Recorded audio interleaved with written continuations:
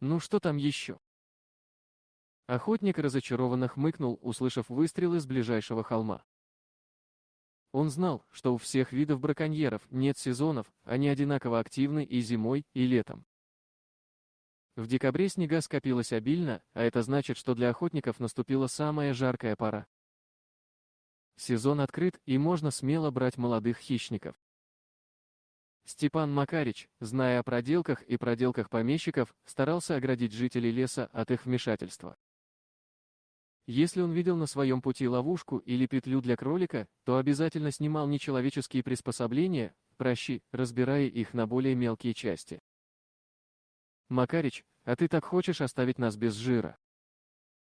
Зачем вы капканы убираете, ведь по соседству охотник, ведь охотник живет один и дает жить другим», говорит Ванька Бражникова, известный в районе смутьян и главный браконьер. Он действовал очень умело, и поймать его было невозможно. Снова раздались выстрелы, но теперь к ним присоединился лай собак. Макарич оставил в стороне кормушку для хищников, которую наполнил кусками вяленой рыбы и мяса. Вот монстры не успокоятся, видимо, пока какое-нибудь животное не уберут. Крикнул в душе охотник и пошел навстречу выстрелам в снегоступах. Из-за подстраховки Макарич связался с участковым Артемом и участковым инспектором Виктором Даниловичем.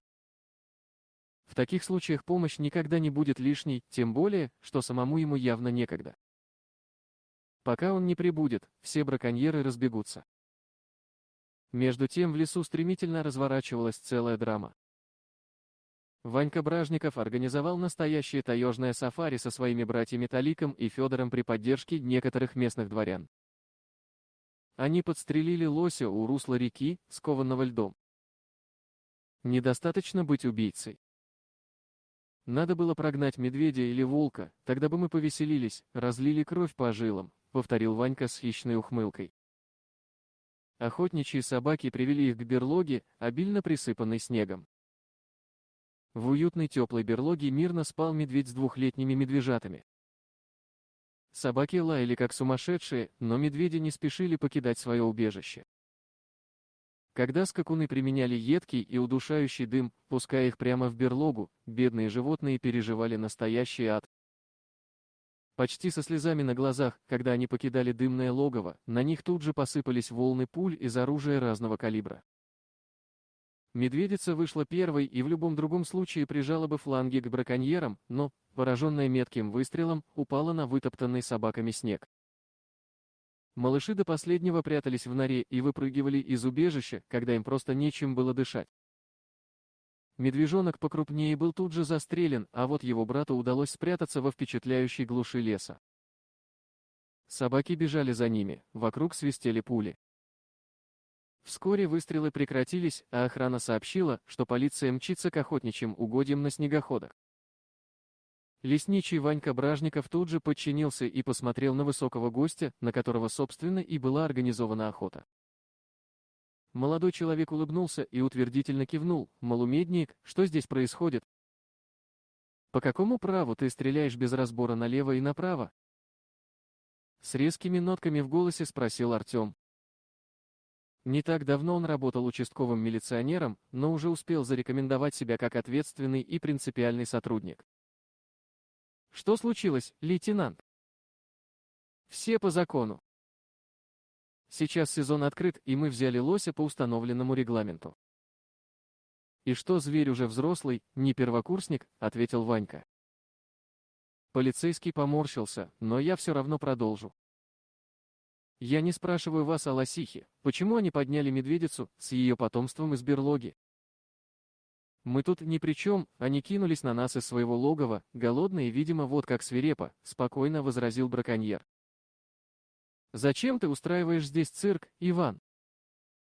Вы все прекрасно понимаете и знаете, что ошибаетесь. Зачем так нагло врать, возмущенно сказал Артем. В этот момент в разговор вмешался самый влиятельный незнакомец и лейтенант. Почему вы так взволнованы? Лямки натянуты? Тебе сказали, в чем дело, почему ты допрашиваешь с достоинством, наверное, проблемы в голове ищешь.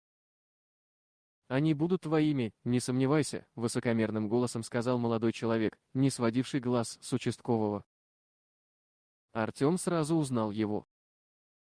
Это Кирилл Сотников, сын районного прокурора, крупная фигура в нашем районе, он сам дружит с губернатором и в разговоре общается высокомерно. Полицейский проигнорировал эту фразу и отвернулся. В его глазах появились следы обиды и бессильной ярости. Он знал, что был прав, но ничего не мог поделать. Лесник разделял его мнение, ведь он был человеком тайги и жизни лесных жителей для Данила Ч. «Ну так лучше, господин лейтенант, долбить ситуацию, сами понимаете. Но мы должны идти».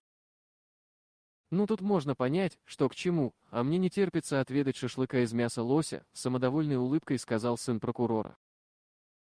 И вся его компания, вскочив на снегоходы, отправилась к опушке леса. «Это, оказывается, неприятная сторона моей работы, Виктор Данилич», грустно заметил участковый.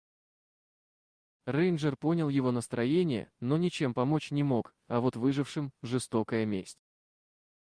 Продираясь сквозь заросли можжевельника и кустов боярышника, детеныш побежал сломя голову и вогнал животное в страх, который полностью овладел им. Еще недавно он мирно храпел с мамой брата, а теперь в один миг потерял все это, став сиротой. Кривой Ног торопился, и еще потому, что свежую кровь из раны в боку почувствовали бродившие поблизости волки. На взрослого медведя они бы не решились напасть, а вот на детеныша – запросто. Несчастный. Медведь, как говорится, попал из огня да на сковороду. Волки были голодны, а близость легкой добычи увеличивала их силу и азарт охоты. Открыв пасть, а серые хищники жаждали поскорее вцепиться зубами в этот упитанный клубок шерсти, детеныш бежал изо всех сил, понимая, что если он остановится, то серые звери в одно мгновение разорвут его на куски. Он уже слышал позади себя их визг и хриплое дыхание. Медведь бежал так быстро, что даже не заметил охотника, идущего по тропе. Макарик очень удивился, увидев, как с быстрого бега к нему летит коричневый клубок шерсти с языком, а за ним по пятам следует стая голодных волков. Столкновения избежать не удалось, и, бросившись на старика, детеныш случайно сбил его с ног. «Ну что ты делаешь, малыш, где твоя мама?» — спросил Макарик, обращаясь к медведю так, словно понимал каждое сказанное им слово. Когда волки увидели человека, они застыли как вкопанные. Они знали, что люди всегда носят с собой длинные палки, изрыгающие гром и молнии, поэтому боялись нападать на охотников. Вместо этого они скрылись в чаще леса, где вскоре пошли по следу зайца, который радостно погнался за ним. Теперь коричневый беглец мог отдышаться. Медвежонку очень понравился его неожиданный двуногий спаситель. От охотника приятно пахло добром и какими-то травами. От запаха вяленой рыбы у Мишки резко проголодался. Степан Макарич, присмотревшись к нему, понял все без лишних слов. Тропа была покрыта дымом на милю, а меха были залиты кровью. «Никак иначе, как не пробовал Ванька Бразников», — подумал охотник, сжимая в гневе кулаки. Он понял, что медвежонок теперь обречен голодать посреди зимы. И если летом у него был хотя бы призрачный шанс на выживание, то сейчас рассчитывать ему было совершенно ни на что. В общем, Макарих решил взять бедолагу с собой. Связался по рации с участковым Артемом. Он рассказал ему все о медведе, мертвом медвежонке и браконьерах. Макарик все понял. Ничего не поделаешь, власть имущие людей не щадят, а тут зверь беззащитный. По дороге к зимовью охотник накормил мальчика замороженной рыбой и кусочками вяленого мяса. Детеныш уже ожил и следовал за стариком как верный помощник.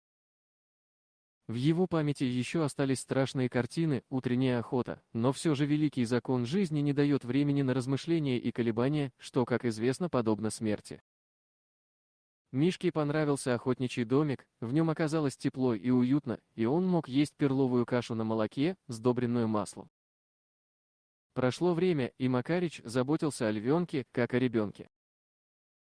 Он почти не жил один. Жена его давно умерла, а единственная дочь Маша уехала в город 10 лет назад. От нее не было абсолютно никаких известий, и Макарик только позволяла себе надеяться, что у нее все хорошо. Он назвал медведя Потапа, что звучало величественно и почтительно подтверждало заявление охотника о том, что медведь хозяин тайги. Однажды вечером в дверь хижины охотника постучали. «Ну кто еще пришел в такой поздний час?» — ворчливо спросил Степан. Макарик открывает дверь. То, что он увидел на пороге, на мгновение лишило его дара речи. Его дочь Маша стояла на крыльце, держа за руку пятилетнего мальчика. Господи, какая радость!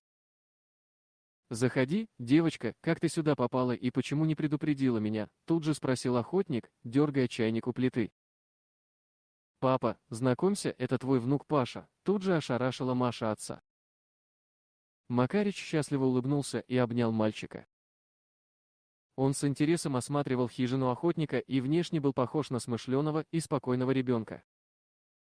Просто у него были проблемы со здоровьем.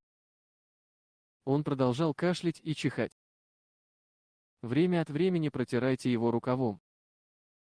«Ну скажи мне, доченька, как ты живешь?» — спросил Макарич, напоив дочку и внука чаем с баранкой и малиновым вареньем. «В любом случае, пап, ВСВ, мне скоро нужно уезжать». «Не мог бы ты пока присмотреть за Пашкой?» — спросила Маша. Прячущийся и виноватый взгляд. «Да, это возможно, конечно». «Ты далеко?» — спросил старик. «Ну как сказать, в Америку. В общем, я нашла мужчину на сайте знакомств, и он предлагает мне переехать к нему». «А Пашка, пусть пока подрастет», — ответила женщина. Макарич удивленно рассмеялся. И продолжил. «Ну ты даешь, девушка, где это видано было до сих пор с неизвестным фермером, да сыном, если ты не в положении, то нехорошо так себя вести, девушка, я против твоего идеи». Отец Маши решительно отверг предложение Маши. Девушка поджала губы, ничего не сказала и притворилась спящей. А рано утром, оставив Пашу в охотничьем домике, Маша тихонько покинула отчий дом, растворившись в таежных утренних дошкольных сумерках. Но кукушка, проклятая, смотри, что ты задумала. Ничего, Пашенька, будем жить. Я получаю пенсию, есть охотничья зарплата, а отец будет кормить лес ягодами и грибами, если что, всегда поможет кедровыми орешками, сказал Макарик мальчику, гладя его по голове. Первым делом я позаботился о здоровье Пашки. Он подогрел ему лечебную ванну, натер ею барсучьим жиром и напоил Зинаиду отварами целительницы. Она понимала любые кучи, особенно те, что жили в легких. Медленно, но насморк у Паши прошел, а потом и кашель. Его щеки приобрели естественный румянец, и даже со стороны было видно, что его тело окрепло и восстановилось. Мальчику нравился дедушка Степан, он всегда знал толк в истории тайги, а еще у него есть медведь, самый настоящий. Вот так Пашка радовался каждому дню, проведенному в тайге. Охотник часто брал его с собой в лес, сидя на спине. Потапычу Мишке очень понравилась эта игра, и мальчик был на седьмом небе от счастья. Год пролетел незаметно, и наступило лето, сулящее сельчанам много хлопот. Нужно было как следует подготовиться к зиме, а для этого нужно было работать и не лениться. Пашка тоже внес свою лепту в общее дело, собрав в корзинку спелую малину и ежевику. Однажды, погнавшись за особенно сочной ягодой, мальчик забрел в незнакомую часть леса. Внезапно что-то скользнуло у него под ногами, и зыбкая чаща потянула его в свои объятия. Пашка стал звать на помощь, но, к сожалению, рядом никого не было. Душистая жижа уже достигла груди мальчика, как вдруг из кустов появился Потапыч. Он посмотрел на мальчика, как бы говоря, ну ты не можешь оставаться один ни на минуту. Схватив Пашку за рукава свитера, медведь быстро вытащил его из болота. «Ты мой спаситель», — обняв Потапыча, сказал мальчик, поглаживая его густые каштановые волосы. Когда его внук рассказал Макаричу о случившемся, старик расплакался и от радости подкатил к своей кривой ноге целую чашку меда. Так вот, я не знал, что Ванька Бражников охотился в этих краях на медведей. Сын прокурора словно сошел с ума. Предпочитая охотиться только за следами крыланов, он планировал истребить их с земли. Участковый таежный Артем, не опасаясь мести прокурорского сына, хотел поймать убийц на месте преступления. А матушка, природа, тем временем диктовала таежным детям свои законы. Так получилось, что Потапыч взял на воспитание двухлетнюю самку зрелого каштанового окраса с шерстью. Пара медведей проводила много времени вместе, лакомясь спелыми, маленькими, сочными корнями и личинками насекомых. Медведь показал Потапычу уютную пещерку в каменной гряде. Было сухо и без назойливых комаров. Опытный Ванька Малумедникс выследил медведя вместе с его братьями и решил поставить ловушку у входа в пещеру. Было лето, и киллер действовал по сценарию. Выпустив собак, браконьеры надеялись напугать медведя и застрелить его на открытом месте. Участковый пытался помешать им, но злые люди, взбесившиеся от безнаказанности, избили его и бросили полумертвого во враг. Прошел час, а из пещеры никто не выходил. «Давай выпустим дым», — скомандовал Ванька Бражников, «а сейчас поджег кучу тряпья, пропитанного едким мазутом, и мы отлично повеселимся». О, сердце чует, предстоит благородная охота. Сын прокурора потер руки. Они не знали, что пещера сквозная и имеет второй выход, и даже не подозревали, но не о том, что медведи обошли их сзади и напали, намереваясь разорвать на части. Ни высокопоставленные покровители, ни связи прокурорского отпрыска помочь браконьерам не могли. Медведи расправлялись с ними со всей свойственной им жестокостью и бескомпромиссностью. Потапыч сразу узнал бородатого Ваньку Бразникова. Именно он 2 года назад забрал жизнь своей матери и брата. Выяснилось, что жертвами флейтистов стали охотники. Обеспокоенный охотник, оставив Пашку с соседкой бабой Ниной, направился к месту, откуда раздались выстрелы. «Макарич, помоги, ударь меня!» Застонали на вокзале. Здесь видно, что он вел себя по отношению к полностью потерявшему страх представителю власти. «Богаче города», — возмущенно сказал старик. Вместе с Артемом они вызвали подкрепление. Браконьеров доставили в больницу, где им зашили раны, а затем арестовали. И вряд ли на этот раз сын прокурора уйдет. Дело оказалось сенсационным, и начались масштабные расследования. Скорее всего, в муниципалитете покатятся головы, и прокурору, судя по всему, тоже достанется. Потапыч имеет свою семью и сейчас живет в пещере у реки. Макарич и Пашка попрощались со своим неуклюжим другом, поняв, что медведю вряд ли найдется место в человеческом мире. «Прощай, Мишка, я всегда буду тебя ждать», — с рыданиями сказал Паша. Эти 2 года, проведенные в тайге, пошли ему на пользу. Здоровье укреплялось благодаря целебному свежему воздуху и полезному лечебному отвару бабы Зины. Мальчик не хочет видеть маму, и вряд ли она увезет его в далекий заморский край. А по ночам Пашке часто снится, как он едет верхом на Потапыче, путешествуя по бескрайнему морю таежных лесов. Дорогие друзья! Если вам понравилось видео, поставьте лайк, а также подписывайтесь на канал, где найдете еще много интересного.